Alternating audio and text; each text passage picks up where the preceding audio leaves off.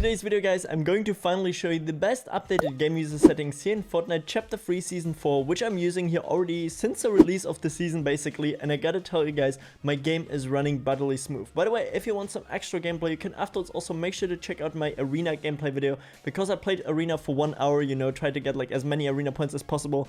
Without any further ado, let's get straight into this topic. Yeah guys, what we of course gotta do in the first place is open up our Fortnite game user setting. You can just simply find it while going into a Windows search bar, tap it and press center, press center, open it up the first file, guys. Then you're gonna click onto local, press F on your keyboard for Fortnite game, saved, config, Windows client, and there you already have your game user settings. In the first place, please also right click onto it and make sure that the attribute read only is not changed, because otherwise we can't change anything in the game user settings themselves. And once we're in here, guys, in the first place now, we can see a directly motion blur, and as you can see, stock here in the season 4 update, it's actually on true, guys, so therefore you want to put it onto false, because motion blur just simply makes your picture like super unsharp and it's just weird overall to play with.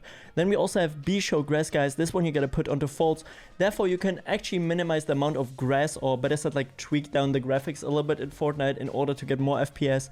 Then we also have GPU crash debugging, guys, which should be on false as well, because let's just say as an example that your game is going to crash, it's going to send data to Epic Games, we don't care about it, so therefore we're gonna turn it off 100%.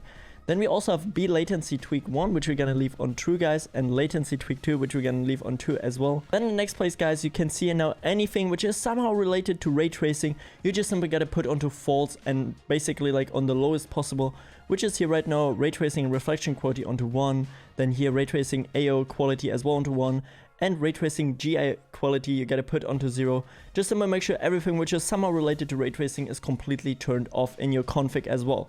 Then guys, for display gamma, you can see here, this is the best value in my opinion, guys. It's 2.2, and then we have here in the back, guys, we have 5 zeros. Just simply put it on there, guys. And the user interface contrast you're gonna leave on 1 dot, and then as well here now we have 6 zeros behind it. And this next up, guys, you're going to scroll down a little bit until you can find B auto downloading high res textures, guys, which you want to put onto false 100%. These high resolution textures are only costing us important FPS, guys, and they don't even look better personally, so therefore make sure that it's turned off completely in your game user settings, because even sometimes when you turn it off in your game, guys, it still does download them in the background. And then we also have next up, guys, be allowed downloading high-res minimaps, and we're gonna put this one here as well onto false. And basically anything which is somehow related to high resolutions you gotta put onto lowest. Then also underneath, guys, we have now be allow multi-threaded rendering, and here you kind of gotta note for yourself, if your CPU has more than 4 cores, it's most likely also gonna have at least 4 threads where it's going to make sense to actually turn this on, guys. Yeah, let's just say as an example that your CPU has 4 cores, 4 threads, and anything above that, turn it on 100%. If you have a dual core CPU with only 2 threads, guys, you gotta leave it onto false. Then this next up, guys, you should find here now audio quality level, which you're gonna put onto 1, which is the lowest as well, guys, because if you put it on high, guys, this is 100% gonna cause you stutter in Fortnite. Next up, guys, we have now here frame rate limit, and you can see I got mine set to 360 since I'm playing on 360 Hz. Because of the streaming PC, I can't really play on 390 because the Elgato one doesn't capture it. If you're playing on like 60 Hz, guys, I would say personally the best one would be 80 to 100 FPS. If you're playing on 75 Hz as well, like 100, maybe 120. If you're playing on 144 Hz, put it on 165 or 180.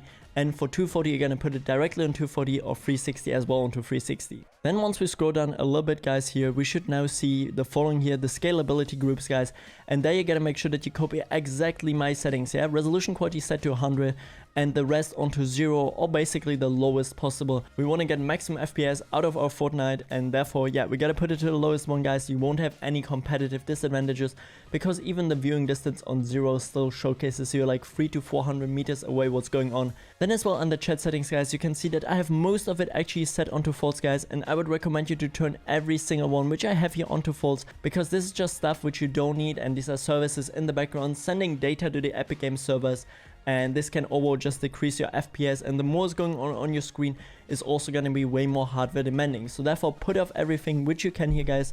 Just simply make sure to copy exactly here my settings, and you should be good to go. And then, guys, of course, for the D3, which is basically the DirectX mode, you can see that I'm right now here not using DirectX 12, which means that I'm using the performance mode on mesh quality 0, and this is like the best settings in my opinion, guys. They give you the maximum amount of FPS, because DirectX 12 is kind of like also broken.